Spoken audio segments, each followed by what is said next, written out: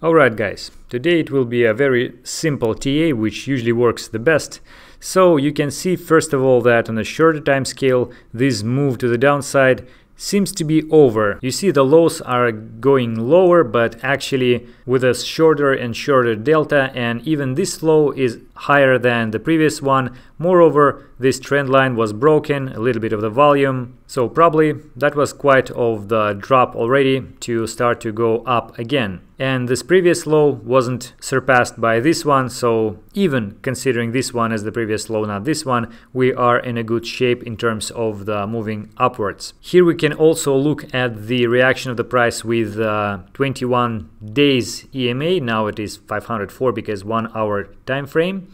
So you can see here that the price did react with this EMA 3 times, and it's a bit worse than in this case because here, although we broke it to the downside, we returned back with quite of a V-shaped move. Here instead we are hovering around, we're testing it several times. It's not that great because it leaves the chance to the fact that it may actually go down, but in my personal opinion overall it still looks bullish. Moreover, if you'll go to the, let's say, daily time frame, you'll be able to, maybe actually 4 hours time frame is also fine, you'll be able to define some channels starting even from the middle of June to here, and we actually could even go lower to test this support. But instead of that, yes, we are dealing with this trend line which appears to be strong because of the presence of EMA around the same area. And actually if you'll summarize it and clean it up to a bit better way, then you would see that we actually could draw a pitchfork. So this was the initial point, this was the highest point after that, this was the following low, and here is the pitchfork. You see the price did test the middle of that after the low, had a pullback, perfectly tested one of the levels, and then tried to make an attempt to go to the upper part, failed it after the bounce of this level, and now we're still in the bottom part. On the other hand, strong pullbacks at this level gives a nice chance for the price going finally to the upper part, but we'll have to see how it will react to the middle line. Also, if we will see that going here and maybe test the middle range from the top and maybe have a pullback, that will be a nice confirmation that the price already established a new rising pattern. But so far, yes, we need to be patient and see how it will evolve within this structure. One more thing which makes me a bit more bullish is that if you look at the volume at these peaks, actually these dips, here you see the biggest volume because it was very sharp, and here the volume was less but still quite of the volume, especially at the lowest point.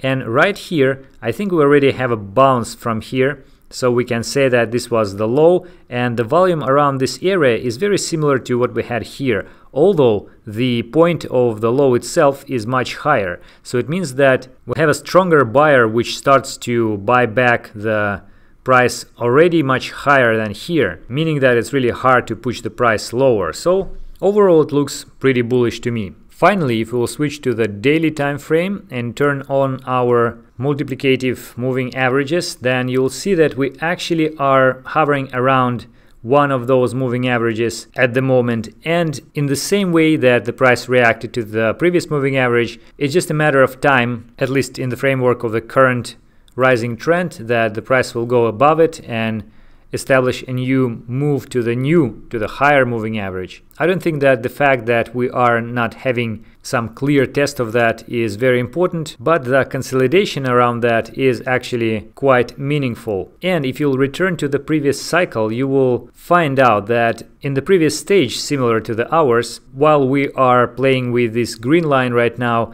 at the previous cycle it was the higher order multiplicative moving average, as well as the previously it was one more higher. So technically we should actually have a strong correction from those moving average, and we actually had one, but we need to test it once again and have one more correction and so on and so forth, because from this concept the new all-time high will be already at the next moving average, and currently it is the blue one, so we can't really go to $18,000 because it potentially would be the all-time high for this cycle.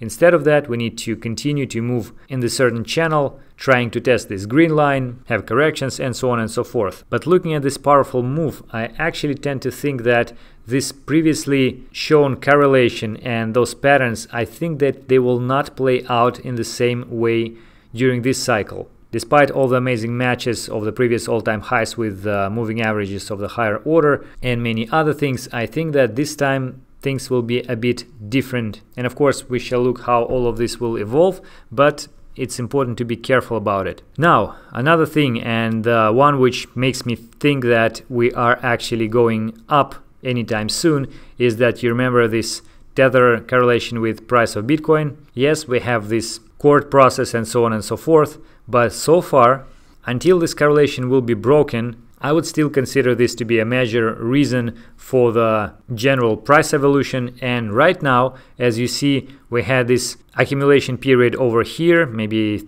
like 34, 35 days. Here it was shorter, 28 days. And right now, we already have like 17 days during this consolidation. So potentially we will have like maybe a week or something until it will be over and the new rising trend will start. It's not necessarily will match this time, maybe it will start earlier or later, but in any case, in such a setup, and also considering the general rising trend, not mentioning the fact that even this correction seems to be already over and we're having the rise in the price. So considering all that, I think it's really risky to sell your Bitcoin in a hope that it will go lower and buy lower, or even shorting it, which is even worse. So although everything which I say is my personal opinion and not a financial advice, I strongly believe that right now it's better to be flat and cautiously bullish, at least in a short term. Alright guys, that is it for today.